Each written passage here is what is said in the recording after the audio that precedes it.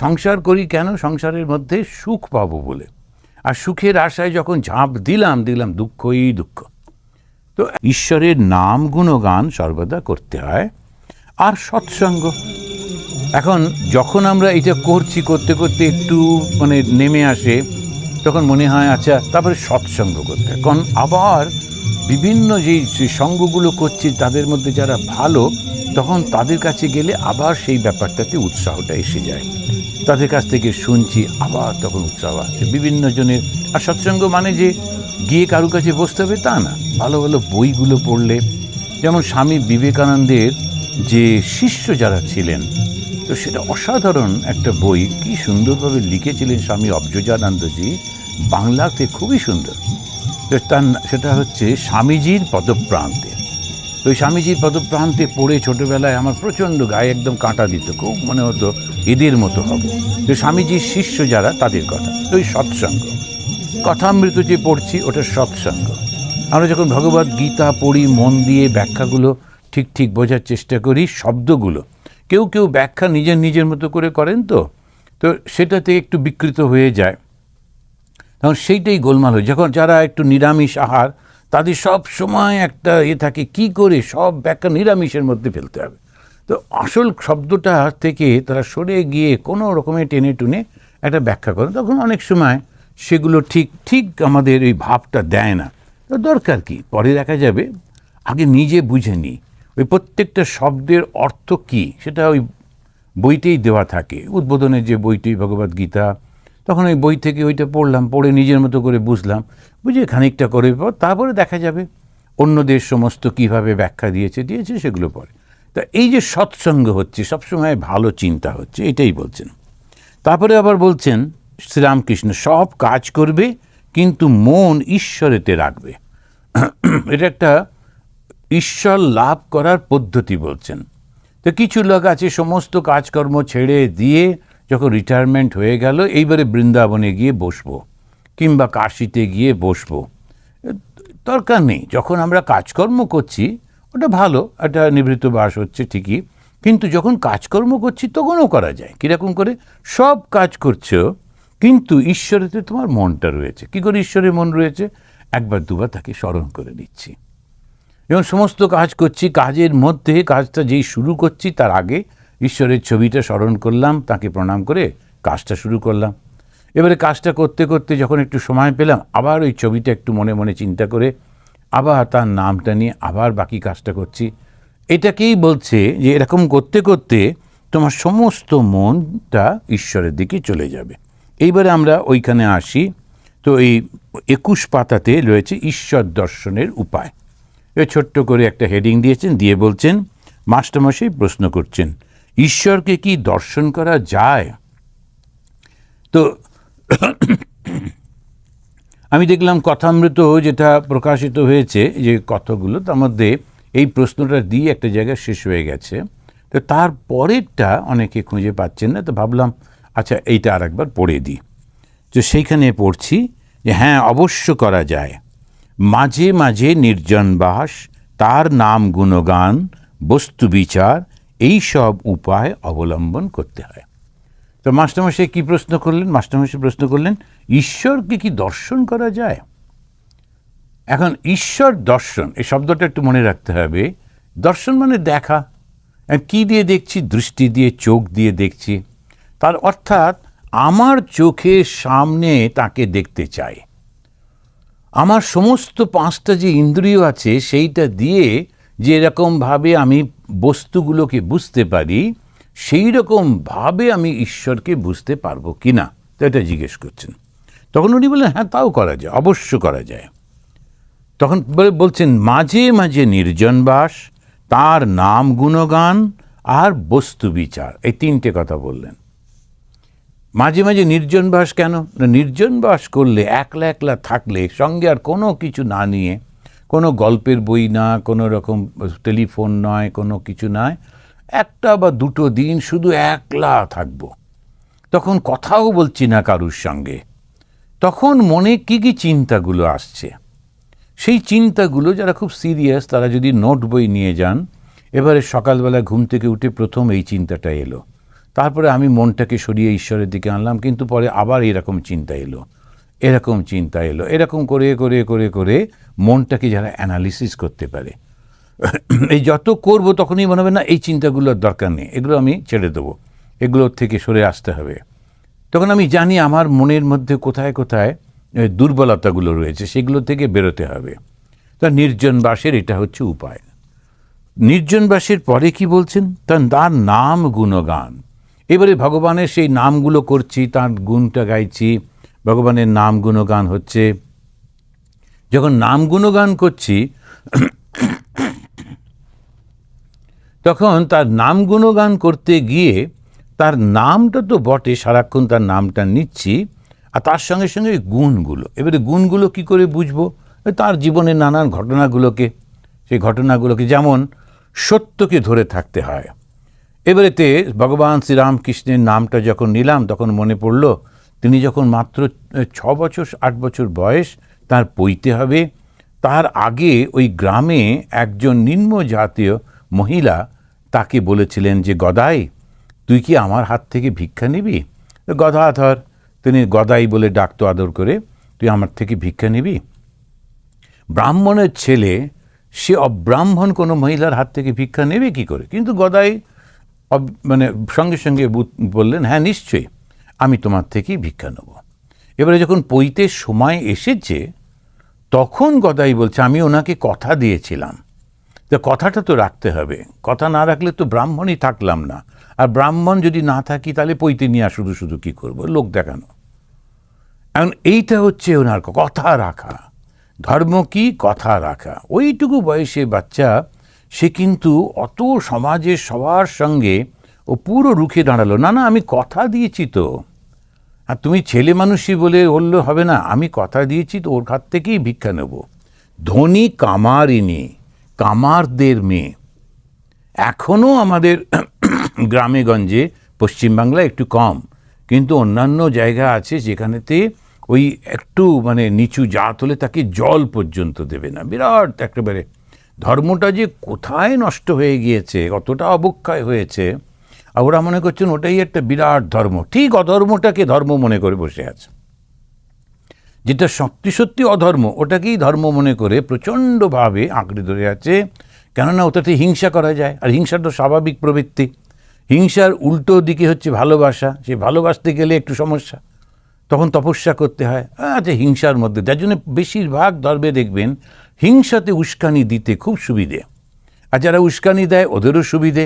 বেশ চোখ টোকগুলো লাল করে হাতটা ছুঁড়ে মুড়ে বললাম, আর যিনি নেতা যিনি বললেন তিনি তো আর কিছু করতে যাচ্ছেন না, বলে টলে তিনি তো গাড়ির মধ্যে। এবারে অন্য লোকগুলো, তারা গরিব মানুষ, দুটো আনি দুদিন আনি খায়, দিন আনি দিন খায়, তাদেরকে মারামারি খুন খারাপি কত কষ্ট হলো। তা নেতা বিরাট খুশি, আমার কথায় এতগুলো বাড়ি পুড়ে গেছে, খুব খুশি।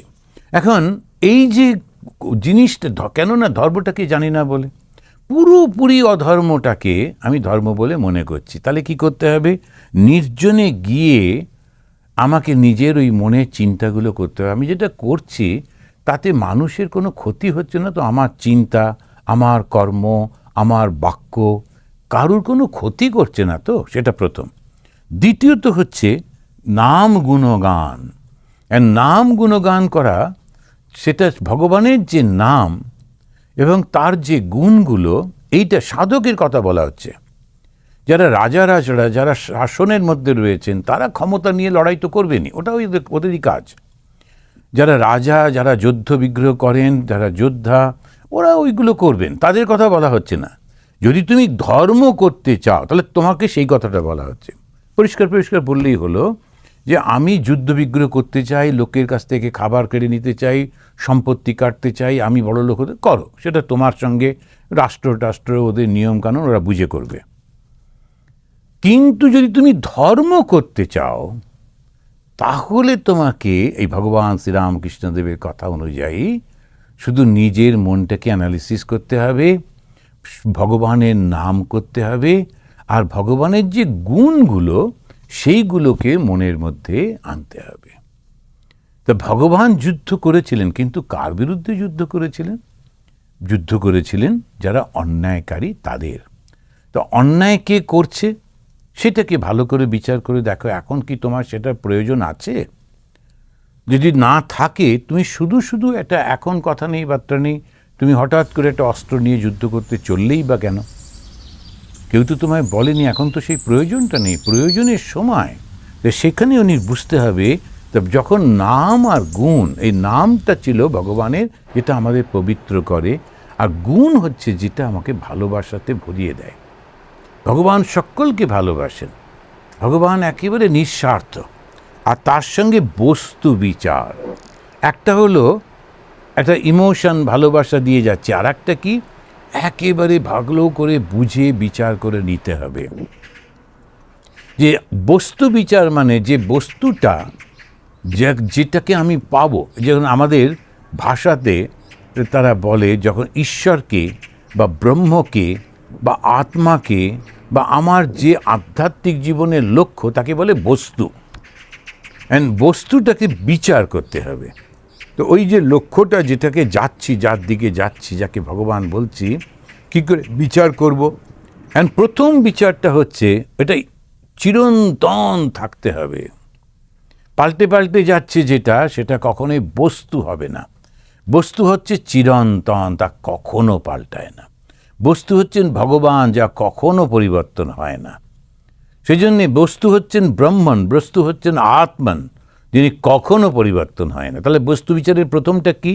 যে একেবারে কোনো দিন কোনো কারণে কখনো একটুও পরিবর্তনশীল নয়, ওটাই আমার লক্ষ্য, ওখানে আমাকে যেতে হবে। ওই হলো বস্তু। এবারে বিচার করছি কি? আমার চারপাশে, আমার মাথার উপরে, আমার পায়ের নিচে, আমার চতুর্দিকে যা রয়েছে তার মধ্যে কোনো একটা কি কিছু আছে যা চিরন্তন? না। আমার ঠাকুরদাদা তারা সব মারা গেছেন, অর্থাৎ মানুষ তো চিরন্তন নয়, সেটা বুঝতে পারছি, অল্প বয়সেই সবাই জানে। তো চিরন্তন তো আমাদের জীবন নয়। আমার যে দেহটা সেটা ছোট ছিল, বড় হচ্ছে, বৃদ্ধ হচ্ছে, মারা যাবে, ওটাও চিরন্তন নয়। মনটারও পরিবর্তন হচ্ছে, ছোটোবেলায় একরকম মন, বড় হয়ে আর একরকম, ওটাও চিরন্তন নয়। আচ্ছা, সূর্য কি চিরন্তন? কেন, ওকে তো রামচন্দ্র দেখেছিলেন, তাহলে ওটা কি, তাহলে ঋষিরা পর্যন্ত সূর্যকে দেখেছেন এবং তপ করেছেন, তাহলে কি সূর্য চিরন্তন? না, তাও না। সূর্যও একটা না একটা দিন ধীরে ধীরে ধীরে ধীরে নষ্ট হয়ে যাবে। তাহলে কোনটা চিরন্তন? এটা হচ্ছে বস্তু বিচার। তো তাকে বলা হলো আর একটা শব্দ ব্যবহার করা, সেটা হচ্ছে সৎ। কখনো বলা হচ্ছে বস্তু, কখনো বলা হচ্ছে সৎ। তো সৎ অসৎ বিচার, দন্তস্য খণ্ডত্ব। সৎ মানে হচ্ছে যা চিরন্তন, কোনো দিন পরিবর্তন হয় না, কোনো অবস্থাতে পরিবর্তন হয় না। তো সৎ অসৎ বিচার। অসৎ কি? যা পরিবর্তন হয়। এখন এইটা যখন মাথায় রেখে আমাদের যাত্রাটা করতে হবে। তা প্রথম হলো নিজের মনটাকে বোঝার জন্যে নির্জনে যেতে হবে। দ্বিতীয়ত, আমার একটা কোনো অবলম্বন চাই যেখানে আমি মনটাকে রাখবো। সেজন্য কোনো ভগবানকে আমি অবলম্বন করলাম, করে সেই ভগবানের প্রতি আমার মনটাকে দিচ্ছি, সেই ভগবানের গুণগুলোকে আমি পাবার চেষ্টা করছি। তো সত্যকে ধরে রাখা, এই যে শ্রীরামকৃষ্ণের জীবনে দেখছি, সত্যকে ধরে রাখতে হবে। কাকে কথা দিয়েছেন রাত্রিবেলায়, মানে মনে পড়েছে, কথা দিয়েছিলেন তার বাড়িতে যাব, শুতে যাবার সময় মনে পড়েছে, এই রে কথাটা তো রাখা হলো না। যারা বলেছিল তারাও ভুলে গেছে, ওই দক্ষিণেশ্বরের পাশেই। তখন ওই হ্যারিকেন নিয়ে অতটা রাস্তায় হেঁটে গিয়ে তার বাড়ির দরজায় পা দিয়ে বলে এলেন, ওরা তো ঘুমাচ্ছে, কিন্তু শ্রীরামকৃষ্ণ বলে এলেন, ওগো আমি এসেছিলাম। কথা রাখতে হবে। কথা যখন দিয়েছি, সত্যকে ধরে থাকতে হবে। যতটুকু প্রয়োজন তাতেই নিজে সন্তুষ্ট হয়ে থাকা। শ্রীরামকৃষ্ণের জীবনে দেখছি যতটুকু প্রয়োজন তাতে খুব খুশি হয়ে, খুব আনন্দে থাকছেন। আর সব সময় এই মনটা তার ঈশ্বরেতে রয়েছে, ভালো চিন্তা করছেন, ভালো, আর কারোর নিন্দা করছেন না, মজা টজা করছেন, কাউকে কাউকে একটু বকুনি ঝকুনি দিচ্ছেন, তাদের ভালোবাসেন, তাদের ভালো করতে হবে বলে বকুনি দিচ্ছেন, কিন্তু খুবই সুন্দর হয়ে। এই যে গুণগুলো যখন দেখছি, তার মধ্যে অহংকারের লেশ নেই। আমি এই শব্দটাই বলতে পারছেন না, কিন্তু কর্মে ভীষণ দড়। যখনই অন্য কেউ আসছে, কোনো একটা কথা বলছে যেটা ঠিক না, সঙ্গে সঙ্গে প্রতিবাদ করছে, না না, এটা তো তুমি ঠিক বলছো না, এটা এরকম হবে। এমনকি তখনকার দিনে সমাজের বিখ্যাত সমস্ত পণ্ডিতরা, তারা ধর্ম নিয়ে যা সব ব্যাখ্যা ট্যাখ্যা করছে, ঠাকুর একদম স্ট্রংলি বলছে, না না, ওটা ঠিক বলছে না। ওইটা ব্যক্তিত্ব ভীষণ স্ট্রং, ভীষণভাবে তিনি সেটা রয়েছেন, যেটা সত্য একেবারে। যেই কেউ কিছু ভালো কথা বলেছে যেটা সত্যি ঠিক, সঙ্গে সঙ্গে তাকে অ্যাপ্রিসিয়েট করছেন। সে ঠাকুরকে নিন্দা করুক আর পছন্দ করুক, কোনো কিছু এসে যায় না, যেটা সত্যকে তিনি ঠিক করেছেন। এই যে যখন আমরা ভগবান শ্রীরামকৃষ্ণের অনুধ্যান করছি, তখন তার এই গুণগুলো আমাদের মধ্যে যদি না আসে, সমস্ত ধর্মের মধ্যে সেই সত্য রয়েছে, সেই সত্যটা আস্তে আস্তে করে করে আমাদেরকে নিয়ে চলেছে সেই একেবারে লক্ষ্য, যেটাকে আমরা বলছি ঈশ্বর। তো উনি বললেন, যত মত তত পথ। তো যারা আমরা ভগবান শ্রীরামকৃষ্ণের অনুসারী, আমরা কেমন করে অন্যদের নিন্দা করব, অন্যদের সঙ্গে ঝগড়া বিবাদ করব? কারণ আমাদের হিন্দুদেরই একদম সব থেকে প্রথমেই বলছেন যে সমস্ত কিছু যা দেখছো সব আমি। ভগবান শ্রীকৃষ্ণ বলছেন যে তুমি যেখানে যা দেখছো সমস্ত কিছুই আমি, যা দেখছো আমি ছাড়া কিছু নেই। আমি কি করে অন্যকে এখন নিন্দামন্দ করি? তো সেই জন্যে যারা কৃষ্ণের পূজারী তারা এটা করতে পারবেন না, যারা শ্রী রামচন্দ্রের পূজারী তারা করতে পারবেন না, যারা শ্রীরামকৃষ্ণের পূজারী তারা করতে পারবেন না। হিন্দু ধর্মের বেদও বলছেন বসুধৈব কুটুম্বকম, প্রত্যেকের মধ্যে সে আত্মাকে দর্শন করো। এইটা হচ্ছে গুণকীর্তন। শুধু নাম করলাম আর তার গুণটাকে নিলাম না, তাহলে ভুল হয়ে যাবে।